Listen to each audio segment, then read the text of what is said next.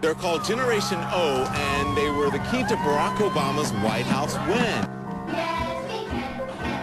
During the campaign, Barack Obama used the internet like no other candidate before him, harnessing the energy of millions of his supporters. But the question now is, what to do with this young, eager, energetic army?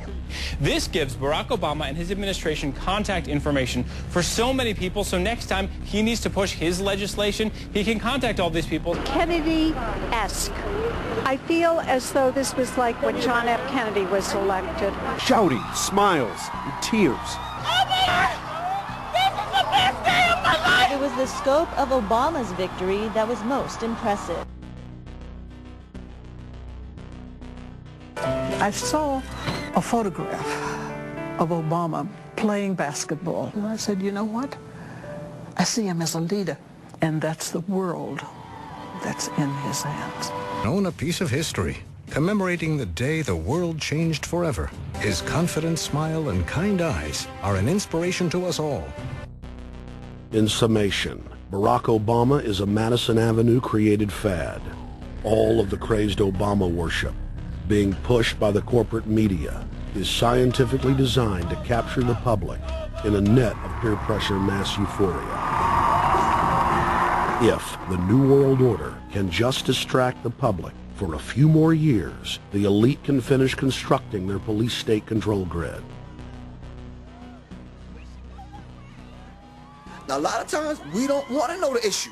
Right. We don't want to know the issue. We feel, what do you call this thing where you get this false sense of gratification, but because a black man is in office, everything's going to be all right. No, everything's not going to be all right. Yeah. Until you look into the agenda on what the Democratic Party has been about, is about, and will be about, regardless if Barack Obama is the president or not. And that's real. Barack Obama is the perfect Trojan horse.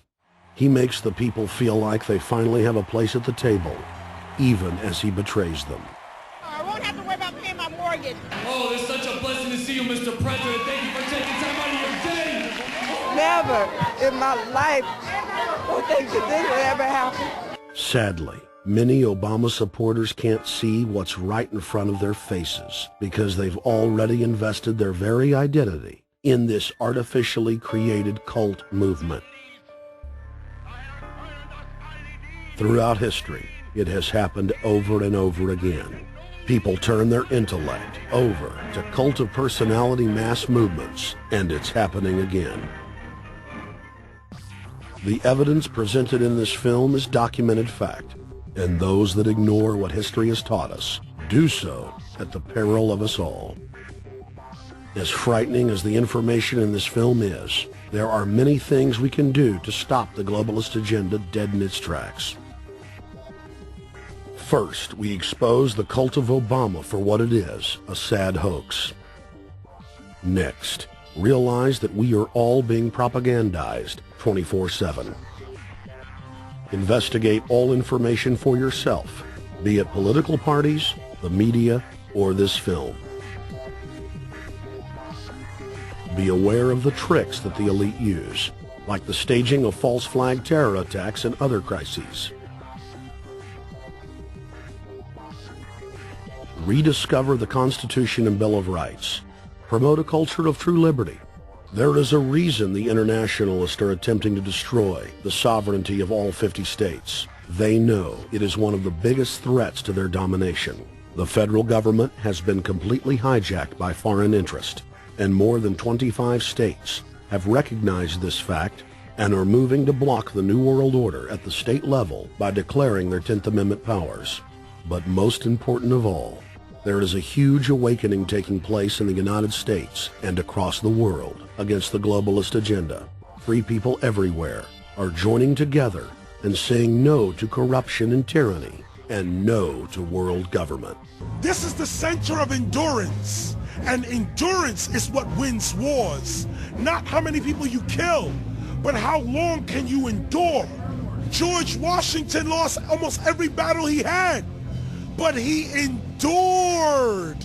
He out-endured the British. And that's how the battle was won. Endurance. And each and every one of you watching this, every single one of you, is just as important as the people who were our founding fathers, as that you are just as important as the Sons of Liberty who met in the 1770s to philosophize about freedom, to philosophize about a republic, to philosophize about a truly free country with a republic. There's 1 billion people on the planet. It only takes one to change it. Are you the one? There may be everybody in your classroom bugging out. Your whole school may be on fire with kids wild and bringing guns. But are you the one? Nature has a way of abundance. Nature puts out a lot of stuff looking for the one. So if you're going to go along with the trend of let's just kill each other, let's disrespect each other, then you're part of nature's plan as well, to be part of just the excess. But if you think more of yourself than just being the excess, you'll do more for yourself. Are you the one? Everybody's not going to make it. But you have an opportunity to save yourself. Well, we don't have to look back thousands or even hundreds of years to see how dangerous this present-day situation is.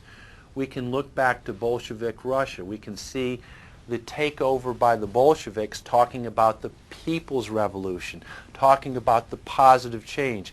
And Lenin came in and then Stalin. The fact is that over 40 million Russians between 1925 and 1940, good Russians, people who were Christians, people who had their own businesses, people who were educated, they were exterminated because they had their own business, because they were educated, because they believed in God's law. We can look over at Germany. Germany was in a very, very terrible economic situation, and this very charismatic leader called Adolf Hitler comes in. He makes the roads good, and he promises a better life for the people. And within 10 years, you see a completely nationalized, centralized, dictatorial situation where millions and millions of people were exterminated. And then we can go to Maoist China. Mao came in, he promised change, he promised a better life, and within 5 years, 60 million Chinese were exterminated. They don't teach that.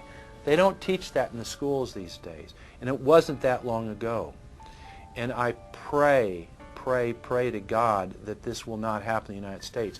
And the way it won't happen is if you and your friends and all of us together take action to say no. This country is too precious. It's too wonderful. It's too good of a place to lay down as a victim. Greatness could arise once we break the shackles of the government that's holding us back. One thing America has more than any other country is an entrepreneurial spirit. One thing we have more than any other country is the ability to be innovators. You know, if I was born in Italy, I wouldn't be the trend forecaster I am today because I would have been locked into a culture of thinking one way. We have that freedom of expression and freedom of thought that could free us to create greatness again if Big Brother doesn't come down on us harder. Humankind is at a historic crossroads. The forces of globalism are marching towards absolute despotism. Look in the mirror, count the cost, and decide, are you going to let history repeat itself? Or will you stand tall with freedom lovers everywhere and stop the completion of a world dictatorship?